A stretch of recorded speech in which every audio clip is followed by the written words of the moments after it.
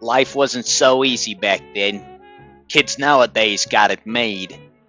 I remember sleeping in the box under my pop's car in the garage just to fall asleep next to the radiator. Although folks kept to themselves mostly, chances were, if you were from Staten Island, you knew Bubba. Bubba was the toughest bastard I ever met. First time I saw him, he was duffing some Irish kid that 2 times his sister.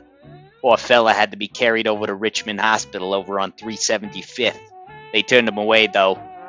Apparently the folks over at Richmond ain't too fond of carrot tops. Kid died shortly thereafter from internal bleeding or something.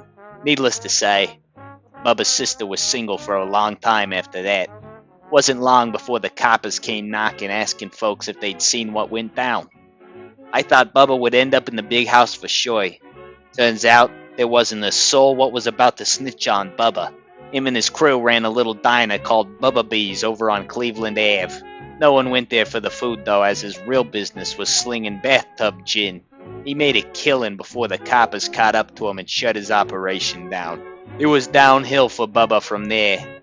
I swear he got meaner by the day. He only felt happy when he was beating on fellas. That is until some spicy mama from Brooklyn caught his eye. Boy, was Bubba sweet on her. When they was together, Bubba was a different man. A true Beauty and the Beast situation. I had never seen Bubba so dizzy with a dame like this. But she brought out the best in him and they were in love. The good times didn't last though. They never do.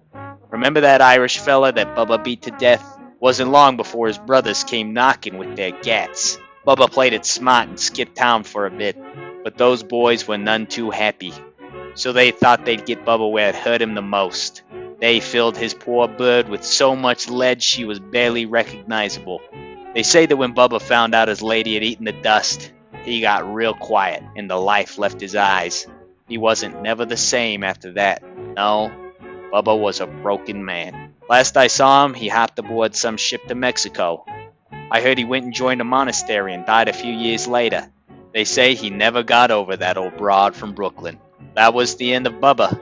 Thing is, even though he's 6 feet under in some grave down in Mexico, his spirit lives on right here in Staten Island. Ain't nobody around here gonna forget about Bubba.